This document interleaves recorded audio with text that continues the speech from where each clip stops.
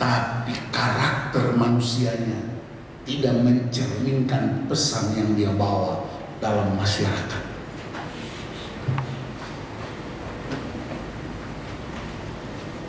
Seseorang tanya sama saya, di manakah tempat berjumpa dengan Tuhan? Saya bilang banyak cara. Yang pertama, berdoa ketemu Tuhan. Amin. Baca firman ketemu Tuhan. Amin.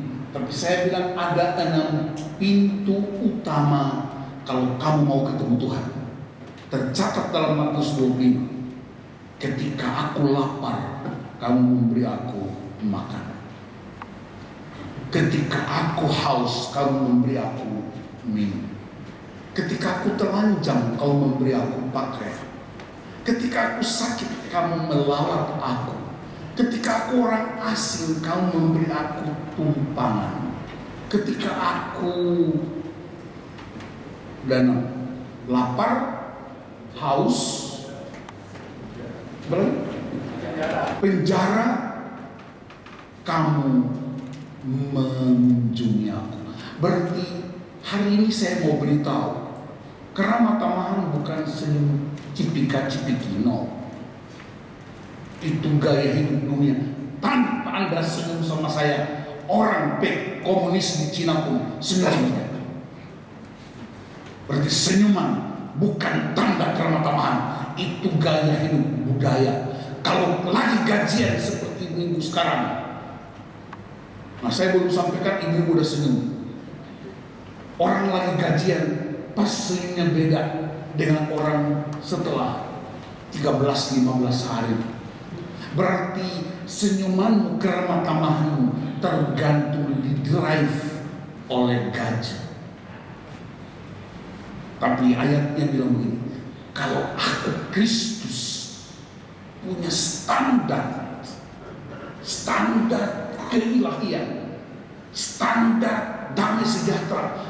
Apakah damai sejahtera? Siapakah damai itu? Kristus. Siapakah kasih itu? Kristus. Siapakah keadilan itu? Kristus. Akulah jalan. Dia bukan sekedar tunjuk jalan, dialah jalan. Akulah jalan dan kebenaran. Dia bukan memberitakan kebenaran, dialah kebenaran. Dia tidak sekedar memberitakan hidup, tapi dialah hidup. Maka gereja yang penuh keramah tamahan, hospitality, di gereja-gereja tertentu, saya sering diundang di banyak gereja, segala macam gereja. Satu-satunya gereja yang belum pernah undang saya khotbah adalah gereja setan, Satanic Church. Di Amerika ada Satanic Church, di Bandung sudah ada Satanic Church, di Jakarta sudah mulai ada. Satanic Church itu di depan altar ini ada gambar Yesus, di backdropnya gambar Yesus. Orang semua maju dengan pakaian hitam-hitam. Kemudian mereka injak gambar itu, mereka lukai, mereka mengeluarkan kata-kata kotor. Itu Satanic Church. Dan pengikutnya banyak. Kenapa? Karena orang-orang pengikut Satanic Church adalah orang-orang yang kehilangan hospitality dari gereja. Mereka tidak ramah di rumah. Di gereja pun tidak ada keramahan. Maka mereka bilang, nanti Kristus itu.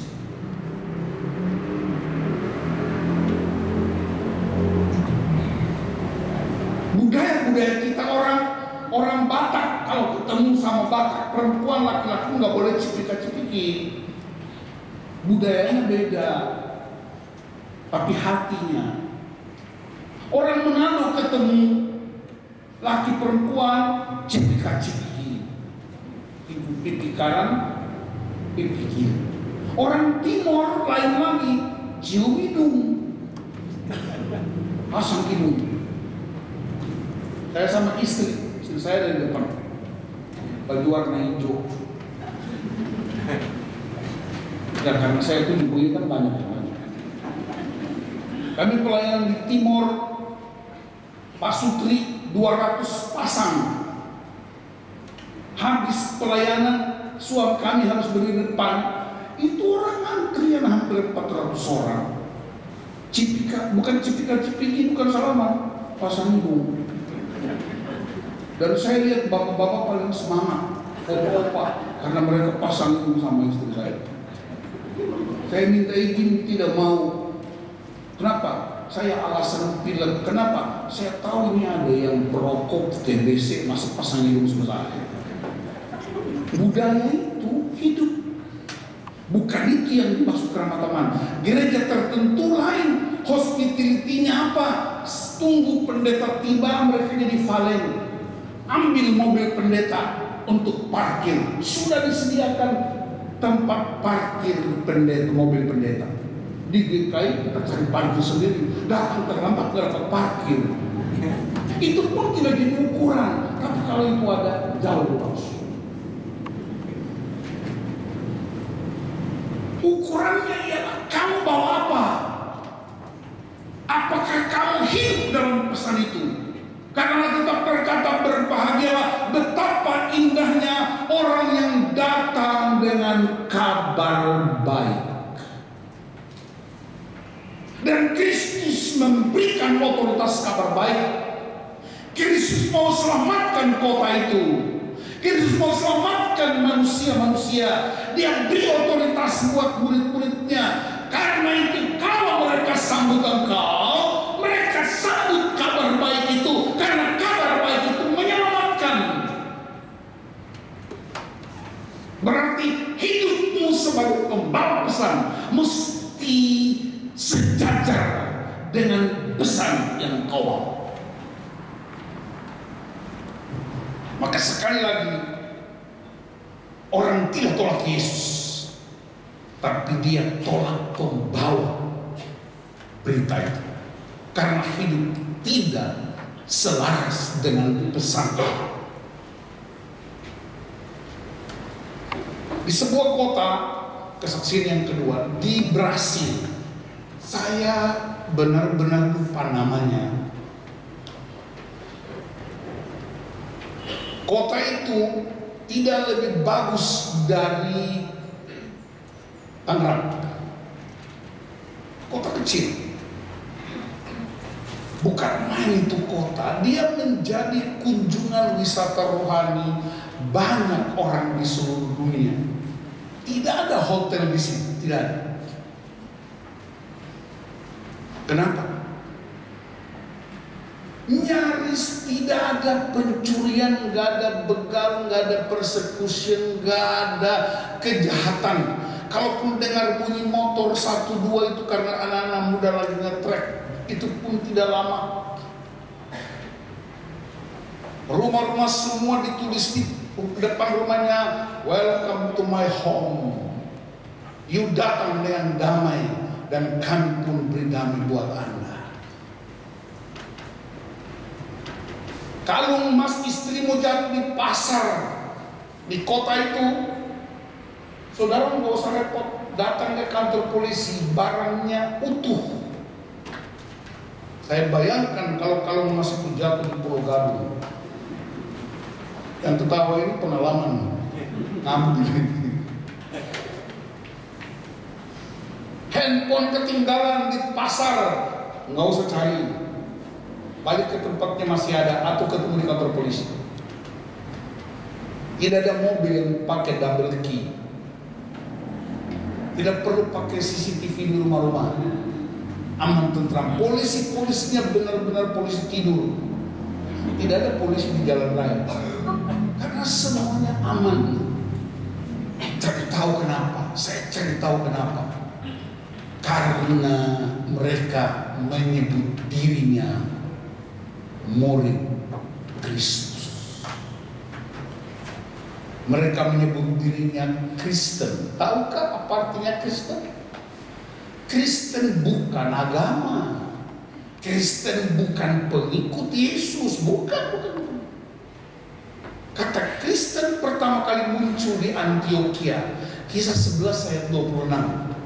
Untuk pertama kalinya murid-murid disebut Kristen. Ada 6 kali kata Kristen diulangi di Perjanjian Baru. Kenapa pertama kali disebut Kristen? Karena Antioquia, ya, tempat pertama kali dimulainya Injil itu, orang-orang hidup dalam penyembahan berhala, hidup dalam kekacauan, hidup dalam segala macam bentuk kejahatan, pencabulan, pencurian, segala macam kejahatan muncul. Datanglah Injil yang dibawa Rasul Paulus dan kawan-kawan, termasuk Simon orang Kirene yang pikul salib Yesus itu pertama kali. Simon yang disebut Niger, nanti baca di kitab Kisah Para Rasul dan kitab Roma. Waktu orang-orang itu dengar Injil dari para rasul, hidupnya berubah. Ketika hidupnya berubah, kawan-kawan lama bilang begini, lihat tuh Kristus kecil. Jadi sebuah ejekan. Orang Jakarta bilang ngeledek. Begitu Pak Didi, misalnya kami dua berkawan baik sekali, lalu dia dengar Injil dan dia bertobat total. Yang tadinya gaya hidupnya menyembah berhala, gaya hidupnya alkoholis, gaya hidupnya narkoba, dia total 180 derajat. Otomatis dia berpisah dari grup kami dengan saya dengan eklesia masih belum bertobat. Ini contohnya. Maka kami begitu ketemu dia, kami bilang begini, lihat tuh Kristus kecil. Disitulah muncul kata Kristen. Berarti Kristen artinya Kristus kecil. Kenapa? Hidupnya total berubah. Dia menampilkan Kristus besar bagi dunia. Itulah alasan kenapa Yesus bilang, kalau mereka terima kamu, mereka terima. Dan kalau mereka terima aku, mereka terima Bapa yang mengutus aku. Coba colek orang saya, kamu Kristus kecil di bumi. Apa artinya? Jadi jangan pakai nama Kristen sembarangan. Kristen itu predikat, Kristen itu gelar. Gelar karena hospitality-nya, gelar karena kelakuannya, gelar karena pesan yang disampaikan, identik dengan hidup. Hidupnya identik dengan pesan. Di Papua ada satu kota namanya Sorong. Karena dia semakin terkenal karena Raja Ampat. Seringkali musim panas. Jadi saudara, ada satu toko yang karena panas waktu itu belum ada pakai AC. Jendela di atasnya itu terbuka tiap malam. Ada satu pemuda yang kayaknya udah incar lama. Wah, ini kalau jendela terbuka gampang masuk. Jendelanya agak tinggi sedikit. Memang niat pemuda itu terpenuhi. Suatu ketika udah malam kira-kira jam 11:12, pemuda ini mencoba untuk panjat itu tembok dan naik lewat jendela terbuka. Begitu kepalanya nongol, ternyata engkong di dalam itu belum tidur. Engkongnya langsung teriak, tolong ada maling, tolong ada maling. Pemuda pemaling ini dia enggak turun, enggak lompat, dia tetap aja di situ. Terus dia bilang begini, kok saya tahu saya pencuri, tapi caramu itu jangan teriak dong, kalau aku jatuh gimana? Berarti apa? Bagus, tapi caramu itu. Coba bilang sama sebelah, caramu itu. Para ahokers bagus lah, bagus. Cuma caramu itu. Berarti apa? Jangan pisahkan cara dengan pesan. Mesti utuh. Yesus dan firman-Nya utuh. Firman jadi manusia dan manusia menyatakan firman utuh. Karena itu standarnya bukan orang Batak, Ambon, Jawa, bukan orang Betawi, Makassar, Arab, Cina, bukan. Kita bicara tentang murid Kristus. Dan murid Kristus melewati batas-batas suku, ras, agama, dan apapun itu. Dan karena itu keramah tamahan. Kita tidak hanya tuntut kita diterima. Nabi nggak boleh bilang aku kan nabi. Padahal kalau terima aku sebagai nabi, upahmu nabi. Nabi apa ini kalau kelakuannya beda dengan pesannya? Jangan kutip ayat ini sembarangan, para penatua, para pendeta. Kalau kamu sambut aku sebagai nabi, upahmu nabi. Jadi kalau nabinya perokok, nanti jemaat yang sambut juga perokok, kan upahnya. Kalau nabinya itu selingkuh, terus kenapa? Kamu sambut aku, upahmu selingkuh. Makanya jangan dipisahkan, dia paket utuh. Sopas para enak, tapi tempat wadah untuk disajikannya ditolak, maka isinya pun ditolak. Ini prinsip. Maka ketika firman itu seperti pedang bermata dua. Aku nabi, pemberita firman, tapi hidupku selaras supaya penerimannya utuh.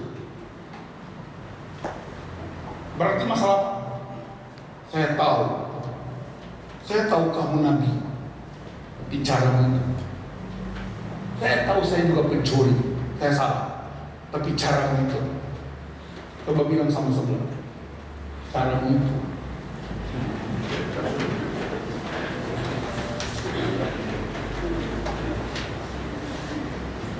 Mau tuh, amin, amin.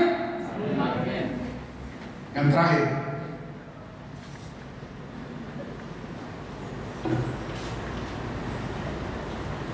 di Indonesia, di berbagai kota, termasuk kota Jakarta, tidak ada lagi standar untuk mengukur keramah tamahan. Masing-masing orang bikin standar sendiri. Misalnya, seorang anak muda dia terobos lampu merah, begitu diprit sama polisi kejar dan hentikan. Mana sih? Mana istri? Kamu tahu itu lampu merah? Tahu? Kenapa kamu lewat? Oh, saya pikir itu merah jambu. Ada alasan. Selalu menciptakan alibi, alasan sendiri untuk membenarkan diri sendiri.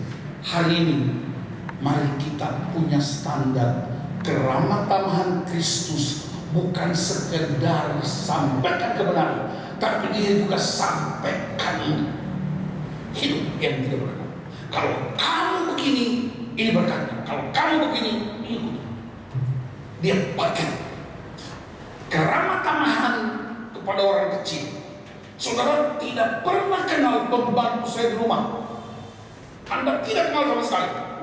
Anda tahu saya berkhotbah, dan saya sudah beberapa kali khotbah di sini. Banyak orang tahu saya pengkhotbah, saya pengajar karakter, tapi mereka tidak tahu siapa yang siapkan kaos kaki saya. Orang itu Anda lihatnya penting, tapi dia ikut mempersiapkan segala sesuatu yang membuat kebenaran itu tersampaikan. Saya tutup dengan kesaksian seorang tukang sepatu di Inggris. Ada seorang anak muda yang mau jadi hamba Tuhan. Keadaan keuangan terbatas. Dia sekolah teologi. Pergumulan keuangannya, pergumulan hidupnya bukan main. Dia ditolong oleh seorang tukang sepatu. Dan suatu ketika anak muda ini diwisuda, tukang sepatu bawa sebuah sepatu kepada dia. Dia bilang begini, nah, cita-citaku untuk jadi seorang penginjil tidak pernah nyampe. Tapi sekarang aku saksikan dengan mataku sendiri, kamu diwisuda untuk menjadi misionaris. Saya cuma minta satu hal ini. Tolong setiap kamu beritakan firman, kamu pakai sepatu ini. Dan kalau sepatu ini rusak, kembalikan, saya reparasi lagi buat kamu. Anak muda ditanya, kenapa permintaannya begitu? Karena cita-citaku memberitakan Injil tidak pernah aku bisa lakukan. Tapi aku mau topang kamu ketika kamu pakai sepatu buatanku untuk memberitakan Injil. Aku sudah ikut melakukannya. Dan anak muda itu bersedia. Hari ini namanya tercatat dalam sejarah bapak-bapak gereja memberitakan Injil ke seluruh dunia dengan sepatu seorang tukang sepatu yang tidak dikenal. Karena waktu orang salaman sama hamba Tuhan ini, mereka tidak salaman dengan sepatunya, tapi mereka salaman dan lihat wajahnya. Bukan foto sepatunya dan membuat sepatu, tapi foto pemberita Injil. Makanya kalau saya kemana-mana beritakan Injil, saya tidak suka foto bersama orang, saya tidak suka di-upload dan lain-lain, karena mereka tidak tahu yang siapkan kopi saya, mereka tidak tahu siapa yang siapkan makan pagi saya, mereka tidak tahu siapa yang siapkan kaos kaki saya. Kamu foto dengan mereka itu, jangan dengan saya, karena saya berdiri di sini. Ada orang-orang yang kamu tidak anggap, mereka ikut menopang Injil Kerajaan Allah. Saudara kenal istri saya di sini, anak saya nomor 2 di sini, nomor 1 ada di tempat kosnya. Apa artinya? Mungkin saudara nggak kenal mereka, tapi mereka punya andil besar untuk memungkinkan Injil tersampaikan ke berbagai penjuru supaya Kristus dimuliakan. Sambut orang karena dia bawa kabar baik, dan kamu sambut dia juga kan kamu juga punya kabar baik karena Kristus hidup di dalam kita. Itulah sebabnya Anda layak disebut Kristen. Kalau kiri kanan katakan, kamu Kristus kecil. Haleluya. Amin. Paduan suara Eklesia sekali lagi mempersembahkan pujian buat Tuhan.